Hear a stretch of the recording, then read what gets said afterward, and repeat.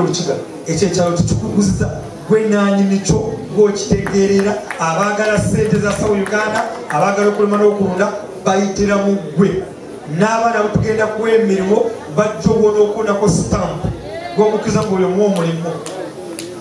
Alo gwambasada wasi buli kyalo mundabe ono mama ono olwedde enkwalo gwange bali bamama n'abagamba ebigambo bino emyaka nga enasatu olisabina katika magambo byalo nyamagamba ngenda kuzimba factory ku Masaka Road njizimbe basi jizimbe katika magambo cyalo ngenda kuzimba university awo tuza kwa mungu yacho mjigani amagambo cyalo mundani buli cyalo nawe uri matunura ngenda kuzimba yo ekitebulizi naye nga sikiri hore yekananga wangu muna bajideni buli parish saideli ye mustawa ya Rosemary saidelu dwalino dio ambassador enu ofisi ya ambassador line wanu ayiba somera ayiba kuungana ekita badi center ate bwogenda wanawalala haliyo store erimu tenti erimu sofolia erimu ebikola ku mukolo memba afe bwafiirwa oba bwafa ajja n'asaba wa ambassador n'amuterako omukono amasofolia tente ebikola ku mukolo wakulumbe n'abikolesa n'abizisa ekisembayo bagambe kira buli region tugenda kuteeka secondary school buli ki kati abaana bammwe mubakeesa wali ne batuula basi ebajja wali nebatwala nebakomyawo. Halo muchaliyo sokola bemali omulimu ono gakinanga. Halo bameka ngoyagala kukwata ekyalo ekyo ezo parishi ebyalo 610 oyina emitwalo 12 bameka bozirina kusimu bakukazi n'okubanga kati bagenda kuwerekera mpolampola onayongerezeko ebigambo biki bamekogera kuzileta weekend ja wogera kusinga kusimu weekend ng'okikakasa kati kwekole ekintu eki kwata enamba n'emitwalo gesatu n'etaano bakuwamu ebintu naye tunakukikuwa.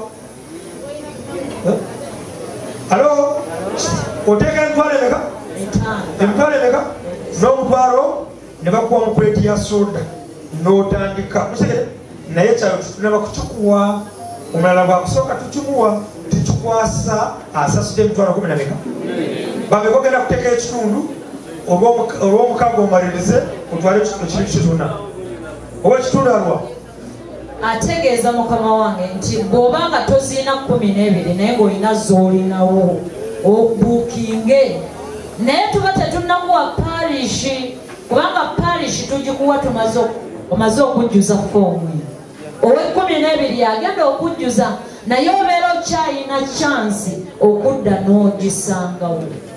Bameka ng'olinako ekitundu gw'ogamba ogenda buukinga olwaleero naye omutwaleyo so mwena tugenda kugendera wamu tubagambe akamika nakalinyira n'embuzi erinya n'ente erinyira tetunabbi bagamba byonna buli ambasada yenna ndaba bulungi tugenda kuwayo akamyu kano akanene kubanga twabutuuze tulina omunyumba ya kilo 89 kituufu nga kasajja kati bali bonna abalina buno obunyolo obunyankolo obukiga baleeta owuwo akazungu ne kakalinyira n'asasula 10 meka kisegaza buli lunaku bweofunayo abantu 10 manchita parish si LC buli parish bweofunayo kisegaza buli LC bweofunayo buto oba ofunye abantu 10 kisegaza abantu 10 nga buli muntu akwadde 10 sente meka time Saturdays mitwalo 6 ezo zizo tutugenda kukubanga.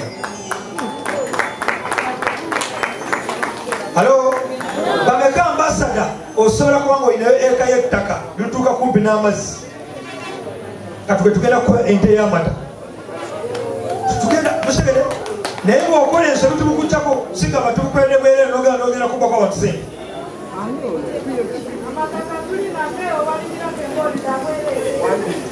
kati madamu we bagenda kwatambula kigezitako biridinako katono tulina mukama wange afande Bukenya mbadde naye emyaka 15 nga tusomesa ekintu kino banaye balamusizza South Uganda oye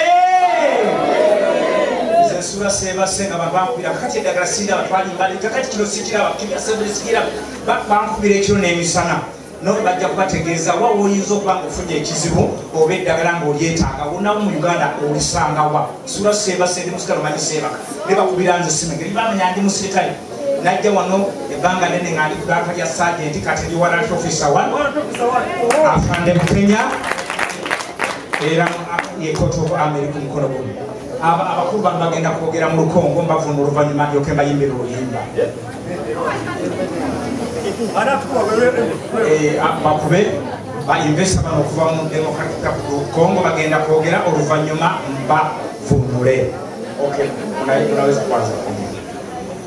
Jambo wandugu. Jambo. Tunafurahi sana namuna tunatupokea hapo kwenu.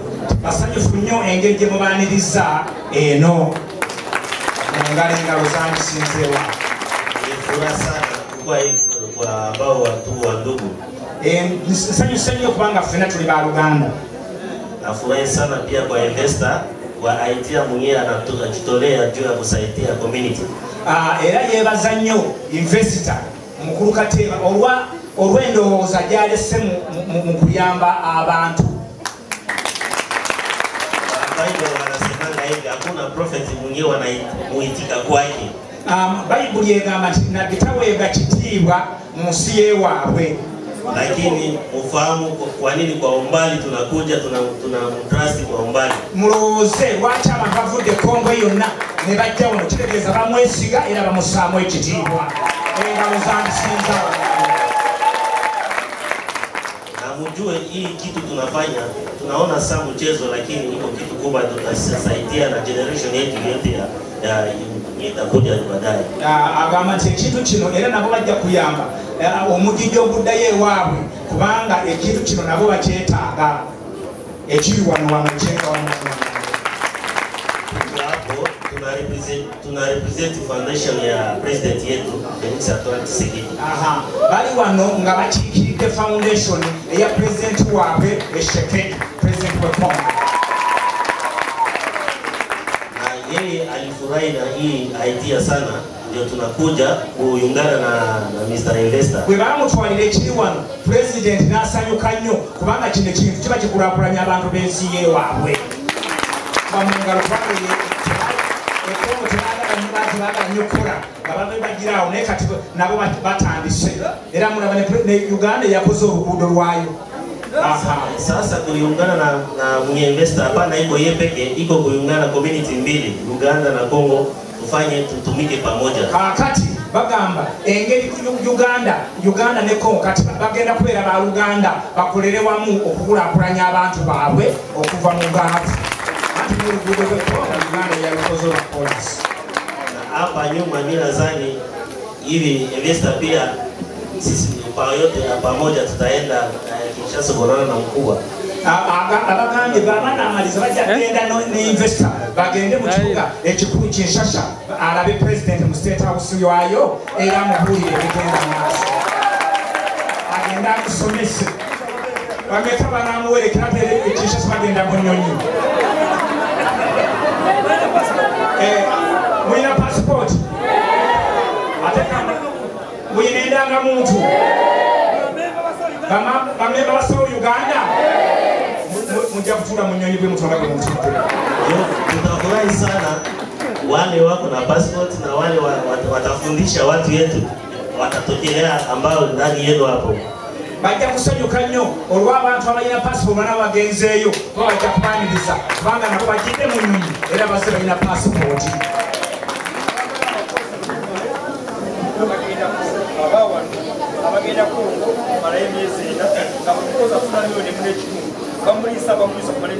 Baagala abakozi abanaava wano bagende Congo basomese bakole emirimu 1,200 nga baweebwa $1,500,000 okuva mu mmwe wano. Ezo engalo za investor twagambye bagenda balondamu.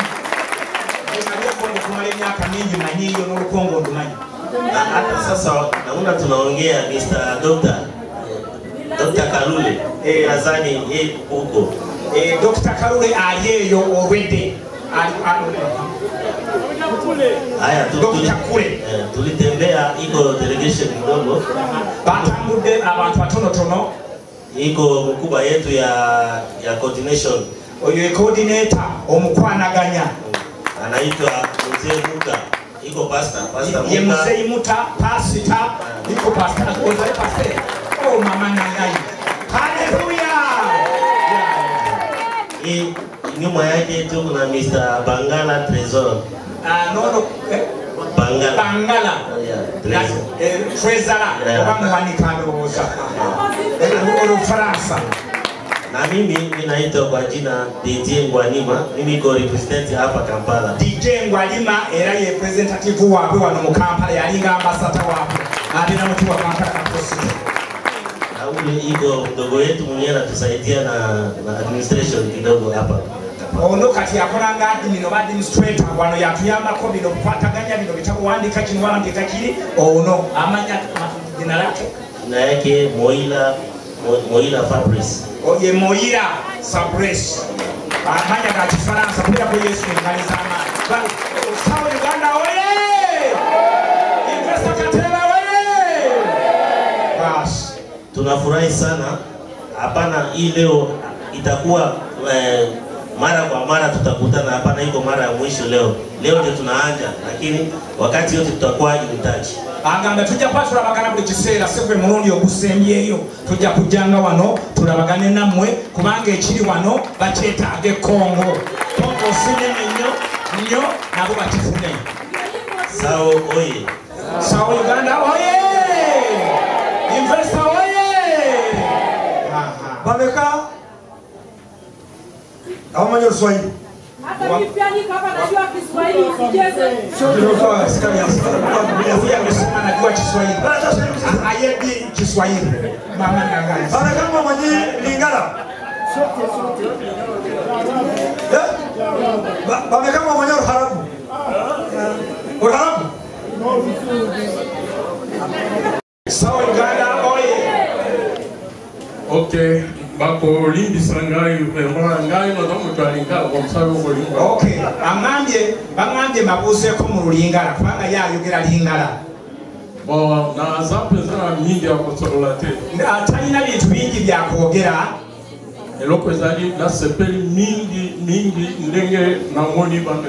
Agambye asanyuse nnyo okulaba baganda bange kuyanja y'abantu gamuli wano kubituka ebikulapanya.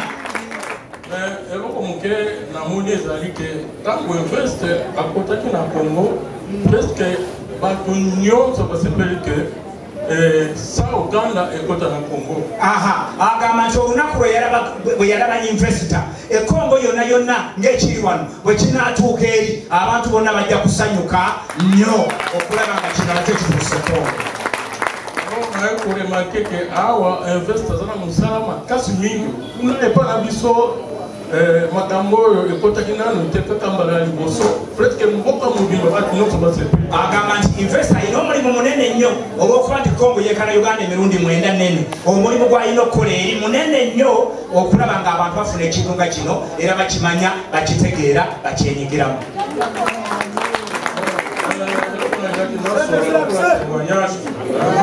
Kisi oyo amadagala ago kisi kitegeeza eddagala amadagala ago temulaba oyo enaddala eryo ngai nazalaki empoisonné na nzela mosala poison yali mulwadde alors nazalaki moto akosolola te 2 jours bazwi kisi oyo bafinga mbanga bameresinga. Yagamba yali tasobola kwogera bakwata emba ne bamuyiwayo eddagala lino naye bwe baali muyiwawo eddakiika eyo n'awonerawo. Tasobola kwogera ng'alinga omufu. Eloko la mibale kisi eddagala eryokubiri nimbale eddagala eryokubiri bakomi souplesse naturelle oyo kuna n'eddagala eddala lyerino. Papa moko azalaki na pota awa ye yalina obulwadde wano taata we awumeli nango mbula mingi ng'ali nabwo ebbanga ddene nga tebuwona. pota wana ebikaka te pota wana abikaka na yango te nga n'empale ye nga tasobola kufinya kubanga yali tasobola olw'ekiwundu kiyinza okukola ki wali wajja kubanga watuuyana alors ntango Sawo ayatela Sawo bwe yajja n'eddagala lino azwaki kisi oyo n'afuna eddagala lino ameli n'alirinywa epuis azwi kisi oyo abandi kotia na pota teyateeka naye yali tasobola kuteekawo wadde lugoye naye bwe yamira eddagala lino ekifo kyali kikutte wano ku gundi nekiwona kugulu asalaki mikolo 3 ennaku 3 pota etaukaki esili ekiwundu kyonna ekyano nekikala ng'anywedde bunyu tatadde edda tebagalina oteekwa okuzimba ennyumba mu Sawo Uganda oteekwa okula boloti n'ettaka mu Sawo Uganda Sawo oye tujja kuba n'olukuŋŋaana lwene ebbomba eyo okutandika 29 wiiki ejja era tujja kuba kwogera kola ne investi okulaba abasirikale b'eyo okuba ngeri ki tujja kuba lunene nze nkulembeddemu olukuŋŋaana olunene